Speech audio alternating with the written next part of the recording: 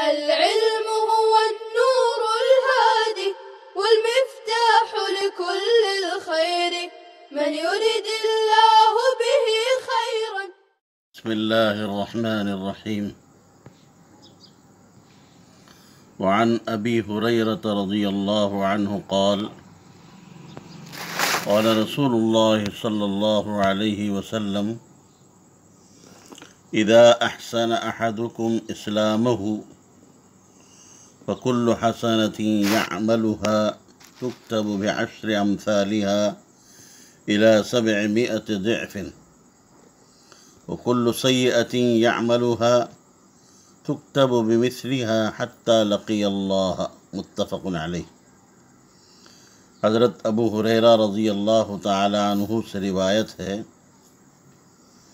انہوں نے فرمایا کہ رسول اکرم صلی اللہ علیہ وسلم نے ارشاد فرمایا، جب تم میں سے کوئی شخص اپنے اسلام کو عمدہ کرے، اچھا کرے، تو ہر وہ نیکی جس کو وہ انجام دے گا اس کے نام اعمال میں 10 گنا سے لے کر 700 گنا تک نیکیاں لکھی جاتی ہیں، اور وہ شخص جو برا عمل کرے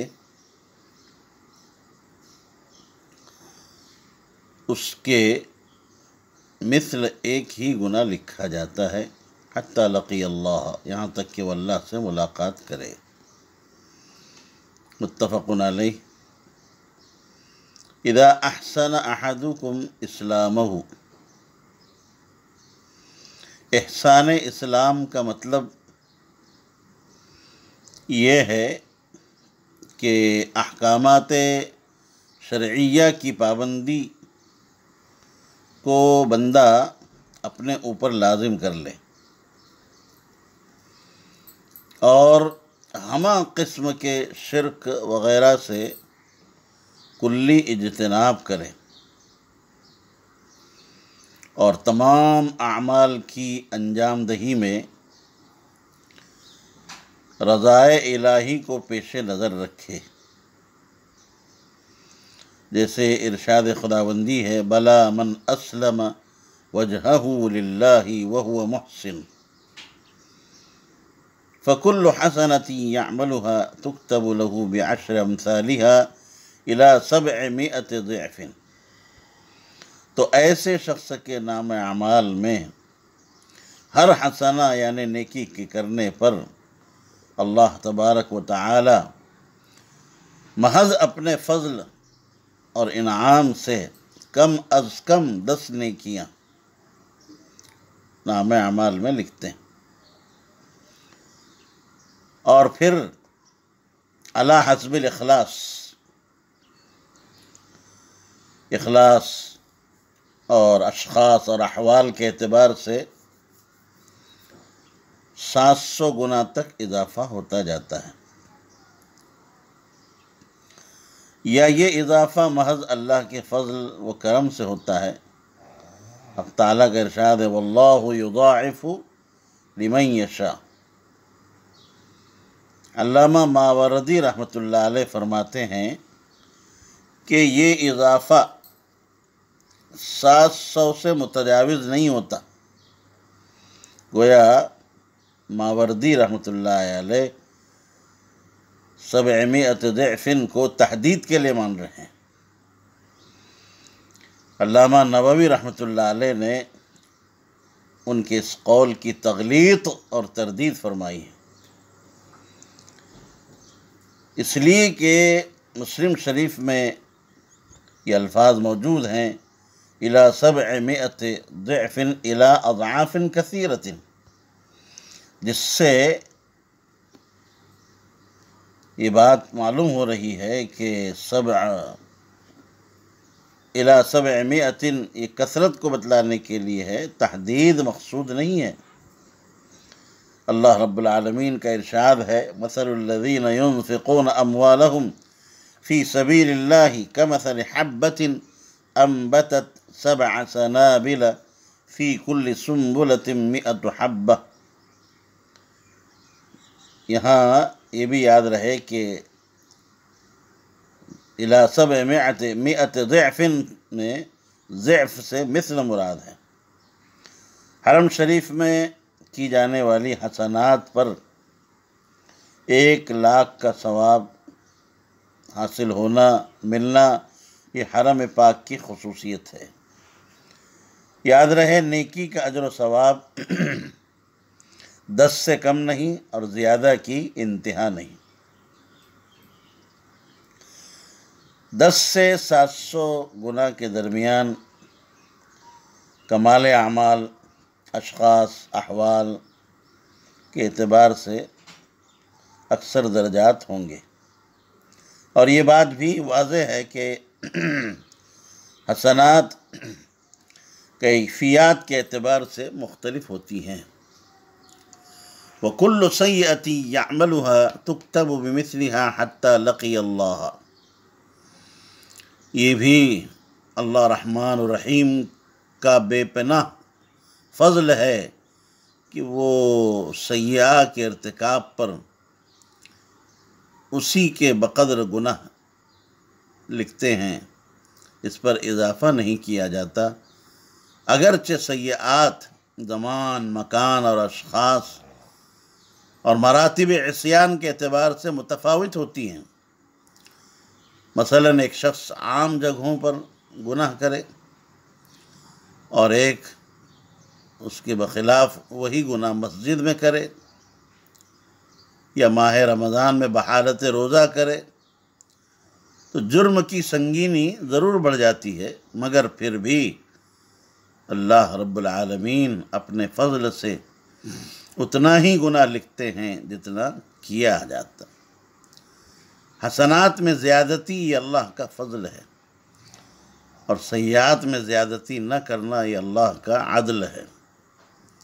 حتیٰ لقی اللہ، یہاں تک کہ جب بندہ بروز قیامت اللہ کے روبرو ہوگا تو اللہ تبارک و تعالیٰ اس سے یا تو درگزر فرما دیں گے، معاف کر دیں گے، یا پھر گناہوں کے بقدر سزا دیں گے۔ لقیہ فعل ماضی کا صیغہ یہاں پر استعمال کیا گیا ہے تحقق وقوع کی وجہ سے، یعنی بندے کی اللہ کے روبرو حاضری یقینی اور لازمی، جس کا وقوع مستقبل میں یقینی ہوتا ہے، اسے صیغہ ماضی سے تعبیر کیا جاتا ہے۔ وعن ابی امامۃ رضی اللہ عنہ ان رجلا سأل رسول اللہ صلی اللہ علیہ وسلم ما الایمان قال اذا سرتك حسنتك وساءتك سيئتك فأنت مؤمن۔ قال يا رسول الله فما الإثم؟ قال إذا حاك في نفسك شيء فدعه، رواہ احمد۔ حضرت ابو امامہ رضی اللہ تعالی عنہ سے روایت ہے کہ ایک شخص نے رسول اللہ صلی اللہ علیہ وسلم سے پوچھا کہ ایمان کی علامت کیا ہے؟ تو آپ علیہ السلام نے جواباً فرمایا اذا سرت کا حسنتک، جب تمہیں تمہاری کی ہوئی نیکی اچھی لگے اور تمہیں خوشی ہو، وساءت کا سیئتک، اور تمہاری کی ہوئی برائی تمہیں بری لگے، تو سمجھو کہ فأنت مؤمن، تم مومن ہو۔ قال، اس شخص نے عرض کیا یا رسول اللہ فما الاثم، گناہ کی علامت کیا ہے؟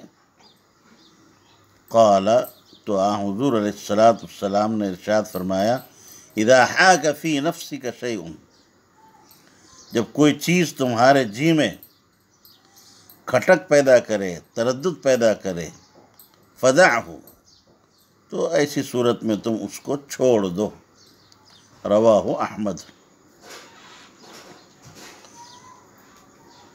مل ایمان ای ما علامت الایمان، ایمان کی علامت اور نشانی کیا ہے؟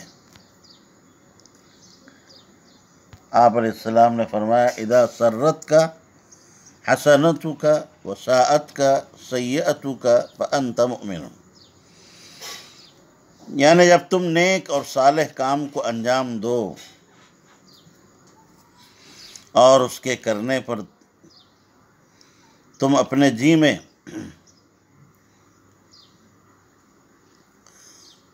اللہ تعالیٰ کی طرف سے طاعت کی اور نیکی کی توفیق ملنے پر خوشی اور مسرت محسوس کرو، اسی طرح خدا نخواستہ تم سے کسی برائی کا صدور ہو جائے اور تمہارے دل میں اللہ کے عذاب کے خوف سے حزن اور ملال پیدا ہو جائے تو سمجھ لو کہ تم مومن ہو۔ کیوں؟ اس لیے کہ مومن کامل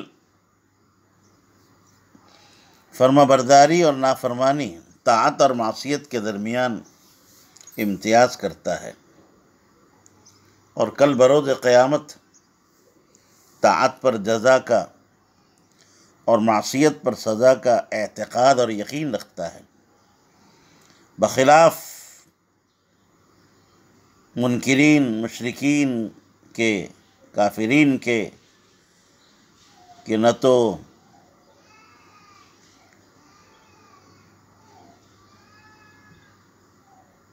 وہ ان کے مابین فرق کرتے ہیں اور نہ ہی طاعت اور معصیت کی انہیں کوئی پرواہ ہوتی ہے، اس لیے کہ وہ تو سرے سے قیامت ہی کے منکر ہوا کرتے ہیں۔ فَأَنْتَ مُؤْمِنٌ قَالَ، تو شخص نے عرض کیا یا رسول اللہ فَمَا الْإِثْمُ، کہ اے اللہ کے رسول، جب کسی معاملے میں، کسی امر میں نص صریح اور نقل صحیح نہ ہو، معاملہ مشتبہ ہو، حکم میں التباس پیدا ہو جائے، تو ایسی صورت میں گناہ کی کیا علامت ہو سکتی ہے؟ ہم کس طرح طاعت اور معصیت میں تمیز کر سکیں گے؟ قال، رسول اکرم صلی اللہ علیہ وسلم نے ارشاد فرمایا اذا حاک فی نفسک شیء ودعہ، حاک باب نصرہ سے ہے، پہلے ماضی کا صیغہ واحد مذکر غائب، دع ودع یدعو سے دع فعل امر کا صیغہ واحد مذکر حاضر ہے، کہ جب کوئی بات تمہارے دل اور دماغ میں تردد پیدا کرے، کھٹک پیدا کرے اور دل کو اطمینان نہ ہو، تو سچے پکے مومن کا دل آپ جانتے ہیں کہ فطرت کی ایسی پاکیزہ لوح ہے، تختی ہے، کہ جس پر صرف نیکی کے نقوش ابھر سکتے ہیں، معصیت کا ہلکا سا دھبا بھی مومن کا دل برداشت نہیں کرتا، اور وہ تردد کی صورت میں وہ دھبا منڈلاتا پھرتا ہے۔ اگر اس طرح کی کیفیت ظاہر ہو کہ فطرت سلیمہ اس کو قبول کرنے کے لیے تیار نہ ہو، بلکہ دل پر بوجھ محسوس ہو اور دماغ میں خلش اور تردد پیدا ہو جائے، تو سمجھ لو کہ وہ عمل اچھا نہیں ہے، بہتر نہیں ہے۔ اسی لیے فلاح اسی میں ہے کہ اس عمل کو چھوڑ دیا جائے۔ نبی کریم صلی اللہ علیہ وسلم کا مبارک ارشاد ہے دع ما یریبک الی ما لا یریبک، مشتبہ فعل کے نہ کرنے میں ہی زیادہ احتیاط ہے۔ بحمد اللہ یہ حدیث بھی مکمل ہوئی۔ وعن عمرو بن عبسة رضی اللہ عنہ قال اتيت رسول الله صلى الله عليه وسلم فقلت يا رسول الله من معك على هذا الأمر؟ قال حر وعبد۔ قلت ما الإسلام؟ قال طيب الكلام وإطعام الطعام. قلت ما الإيمان؟ قال الصبر والسماحة. قال قلت أي الإسلام أفضل؟ قال من سلم المسلمون من لسانه ويده. قال قلت أي الإيمان أفضل؟ قال خلق حسن. قال قلت أي الصلاة أفضل؟ قال طول القنوت. قال قلت أي الهجرة أفضل؟ قال أن تهجر ما كره ربك. قال قلت فأي الجهاد أفضل؟ قال من عقر جواده وأهريق دمه. قال قلت أي الساعات أفضل؟ قال جوف الليل الآخر. رواہ احمد. حضرت عمرو بن عبسہ رضی اللہ عنہ سے روایت ہے، انہوں نے کہا کہ میں رسول اکرم صلی اللہ علیہ وسلم کی خدمت میں حاضر ہوا اور عرض کیا یا رسول اللہ، آپ کے ہمراہ اس دین اسلام پر کون تھا؟ آپ نے فرمایا ایک آزاد اور ایک غلام۔ میں نے عرض کیا اسلام کی علامت کیا ہے؟ آپ نے فرمایا پاکیزہ گفتگو اور کھانا کھلانا، اطعام الطعام۔ میں نے عرض کیا ایمان کی علامت کیا ہے؟ آپ علیہ السلام نے ارشاد فرمایا الصبر والسماحۃ، صبر اور سخاوت۔ قال، وہ کہتے ہیں کہ قلت، میں نے عرض کیا اسلام کی کون سی خصلت یا کون سا مسلمان افضل ہے؟ دو باتیں الگ الگ، کون سی خصلت افضل ہے یا کون سا مسلمان افضل ہے؟ آپ علیہ السلام نے فرمایا وہ جس کے ہاتھ اور زبان سے دیگر مسلمان محفوظ رہیں۔ قال قلت، انہوں نے کہا کہ میں نے عرض کیا ایمان کی کون سی خصلت افضل ہے؟ آپ نے فرمایا خلق حسن، اچھے اخلاق۔ میں نے عرض کیا نماز کی کون سی کیفیت یا رکن افضل ہے؟ آپ علیہ السلام نے فرمایا نماز میں دیر تک کھڑا رہنا، طول القنوت۔ میں نے عرض کیا کون سی ہجرت افضل ہے؟ ای الہجرت افضل؟ آپ علیہ السلام نے فرمایا تم اس چیز کو ترک کر دو جو تمہارے پروردگار کو ناپسند ہو۔ میں نے عرض کیا جہاد کی کون سی قسم افضل ہے یا کون شخص افضل ہے؟ آپ نے فرمایا وہ شخص جس کا گھوڑا مارا جائے اور وہ خود بھی شہید ہو جائے۔ میں نے عرض کیا کون سا وقت سب سے افضل ہے؟ ای الساعات افضل؟ آپ نے فرمایا نصف شب کا آخری حصہ۔ عمرو بن عبسہ رضی اللہ تعالی عنہ، عبسہ تینوں حروف پر فتح کے ساتھ، ابو نجیح السلمی، ابو نجیح ان کی کنیت ہے، قدیم الاسلام صحابی ہیں، یعنی ابتدائی دور ہی میں مشرف اسلام ہو گئے تھے۔ بعض حضرات کے قول کے مطابق یہ چوتھے مسلمان ہیں۔ اسلام میں داخل ہونے کے بعد اپنی قوم بنو سلیم کے پاس چلے گئے۔ نبی کریم صلی اللہ علیہ وسلم نے ان سے فرمایا تھا کہ جب تم ہجرت کی خبر سنو تو چلے آنا۔ اذا سمعت انی خرجت، جب تم سنو کہ میں مکہ سے مدینہ جا چکا ہوں، ہجرت کر چکا ہوں، تو تم چلے آنا۔ چنانچہ یہ اپنی قوم میں مقیم رہے یہاں تک کہ خیبر کی جنگ مکمل ہو گئی۔ اس کے بعد یہ نبی کریم صلی اللہ علیہ وسلم کی خدمت میں حاضر ہوئے اور پھر مدینہ ہی میں مقیم ہو گئے، اور حضرت علی کے دور خلافت میں ان کی وفات ہوئی۔ السلام عليكم، لا تنسوا الاعجاب بالفيديو والاشتراك في القناة تشجيعا لنا لنستمر بنشر المزيد إن شاء الله.